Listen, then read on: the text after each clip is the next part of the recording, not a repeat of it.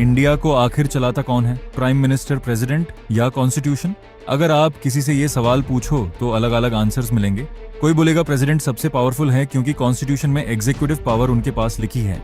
कोई बोलेगा पीएम ही सब कुछ डिसाइड करता है। लेकिन असली आंसर इन दोनों से थोड़ा अलग है और इसी कंफ्यूजन की वजह से इंडिया के पॉलिटिकल सिस्टम को लोग अक्सर गलत समझ लेते हैं। असल में इंडिया में सबसे ऊपर कोई इंसान नहीं है, सबसे ऊपर है कॉन्स्टिट्यूशन ऑफ इंडिया। यही हमारा ऑपरेटिंग सिस्टम है, यही रूल बुक है और देश की सारी पावर इसी से आती है। इंडिया एक पार्लियामेंट्री सिस्टम फॉलो करता है जो ब्रिटिश मॉडल से इंस्पायर्ड है, लेकिन इंडिया एक रिपब्लिक है। और इसी सिस्टम की सबसे इंटरेस्टिंग बात है इसका dual executive model. Dual executive का मतलब एक फॉर्मल हेड और एक रियल हेड। यहीं से पूरी कहानी शुरू होती है और थोड़ी देर में क्लियर होगा कि पेपर पर पावर और प्रैक्टिकल पावर में इतना डिफरेंस क्यों दिखता है। कॉन्स्टिट्यूशन का आर्टिकल 53 कहता है कि यूनियन की एग्जीक्यूटिव पावर प्रेसिडेंट के पास वेस्टेड है। सिर्फ ये लाइन पढ़कर बहुत लोग कंक्लूड कर लेते हैं कि प्रेसिडेंट ही देश चलाते हैं। लेकिन अगर आप सिर्फ एक आर्टिकल पढ़ेंगे तो पिक्चर कभी कंप्लीट नहीं होगी, क्योंकि उसके बाद आर्टिकल 74 आता है। इसमें लिखा है कि प्रेसिडेंट के पास एक काउंसिल ऑफ मिनिस्टर्स होगी जिसका हेड प्राइम मिनिस्टर होगा और प्रेसिडेंट को उनकी एड एंड एडवाइस पर ही काम करना होगा। यहाँ एक और इम्पोर्टेंट लेयर है। 44th अमेंडमेंट के बाद प्रेसिडेंट किसी एडवाइस को एक बार रिकॉन्सिडरेशन के लिए वापस भेज सकता है, लेकिन अगर काउंसिल ऑफ मिनिस्टर्स वही एडवाइस दोबारा भेज दे तो प्रेसिडेंट को उसी एडवाइस को फॉलो करना पड़ता है। मतलब कॉन्स्टिट्यूशन ने एक चेकिंग पॉइंट दिया है, लेकिन फाइनल डिसीजन का फ्रेमवर्क भी क्लियर कर दिया है। वैसे अगर आप इंडिया के कॉन्स्टिट्यूशन और सिस्टम्स को इसी तरह सिंपल इंग्लिश में समझना चाहते हैं तो मिस्टर रोनो के साथ जुड़े रहिए। यहाँ हर वीडियो के पीछे फोकस सिर्फ एक होता है, बिहाइंड एवरी इंडियन सिस्टम। अब आता है आर्टिकल 75। इसके अकॉर्डिंग प्राइम मिनिस्टर को प्रेसिडेंट अपॉइंट करता है, बाकी मिनिस्टर्स भी प्रेसिडेंट अपॉइंट करता है, लेकिन प्राइम मिनिस्टर की एडवाइस पर। और सबसे इंपॉर्टेंट बात, पूरी काउंसिल ऑफ मिनिस्टर्स लोकसभा के लिए कलेक्टिवली रिस्पॉन्सिबल होती है। मतलब पूरी कैबिनेट मिलकर लोकसभा के सामने जवाबदेह है, अलग अलग नहीं। अब एक बहुत बड़ा कंफ्यूजन क्लियर करते हैं।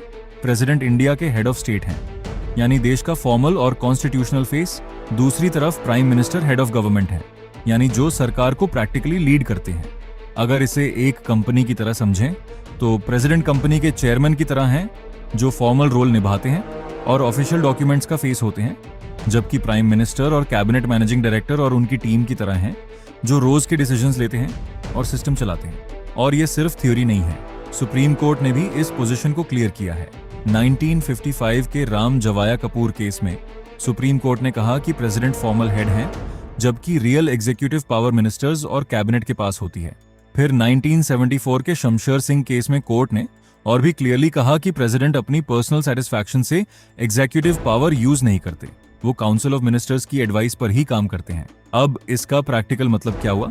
रोजमर्रा के जितने भी इंपॉर्टेंट गवर्नमेंट डिसीजंस होते हैं, चाहे पॉलिसी हो, अपॉइंटमेंट्स हो या ऑर्डिनेंसेस, ये डिसीजंस कैबिनेट और काउंसिल ऑफ मिनिस्टर्स लेती हैं। लेकिन ऑफिशियली ये सब प्रेसिडेंट के नाम से इशू होते हैं, इसलिए डॉक्यूमेंट्स पर प्रेसिडेंट का नाम दिखाई देता है। लेकिन डिसीजन मेकिंग का प्रोसेस काउंसिल ऑफ मिनिस्टर्स के थ्रू चलता है। और यही एक और मिथ टूट जाता है। कई लोग सोचते हैं कि प्रेसिडेंट जब चाहे प्राइम मिनिस्टर को निकाल सकते हैं, लेकिन कॉन्स्टिट्यूशन का सिस्टम ऐसा नहीं है। जब तक गवर्नमेंट के पास लोकसभा का मेजॉरिटी सपोर्ट है, प्रेसिडेंट उस गवर्नमेंट को निकाल नहीं सकते। सरकार प्रेसिडेंट की पर्सनल विल पर नहीं, लोकसभा के कॉन्फिडेंस पर चलती है। हाँ, प्रेसिडेंट के पास कुछ लिमिटेड डिस्क्रेशन होती है, जैसे अगर हॉन्ग पार्लियामेंट हो और क्लियर मेजॉरिटी ना हो, तब प्राइम मिनिस्टर अपॉइंट करने जैसे स्पेशल सिचुएशंस में उनका रोल इंपॉर्टेंट हो जाता है। लेकिन नॉर्मल सर्कमस्टांसेस में सिस्टम कॉन्स्टिट्यूशन के रूल्स के हिसाब से ही चलता है। तो अब शुरुआत वाला सवाल दोबारा पूछते हैं, इंडिया को आखिर चलाता कौन है? ना सिर्फ प्रेसिडेंट, ना सिर्फ प्राइम मिनिस्टर, सबसे ऊपर कॉन्स्टिट्यूशन है। कॉन्स्टिट्यूशन के हिसाब से president formal head of state है। प्राइम मिनिस्टर और council of ministers real executive authority exercise करते हैं, और वो भी तब तक जब तक उनके पास लोकसभा का कॉन्फिडेंस है। इसीलिए इंडिया में नस्ली पावर किसी एक इंसान के पास नहीं, बल्कि कॉन्स्टिट्यूशन के बनाए हुए सिस्टम के अंदर चलती है। और शायद इसी वजह से हमारा डेमोक्रेसी का पूरा फ्रेमवर्क किसी पर्सनालिटी पर नहीं, बल्कि रूल्स पर टिका हुआ है। यही है इंडिया के पार्लियामेंट्री सिस्टम का असली लॉजिक। तो बस इस वीडियो में इतना ही। आई होप आपको इस वीडियो से थोड़ा तो नॉलेज आया होगा। तो अगले वीडियो में मिलते हैं कुछ नए टॉपिक के साथ। तब तक के लिए इंतजार जरूर करना।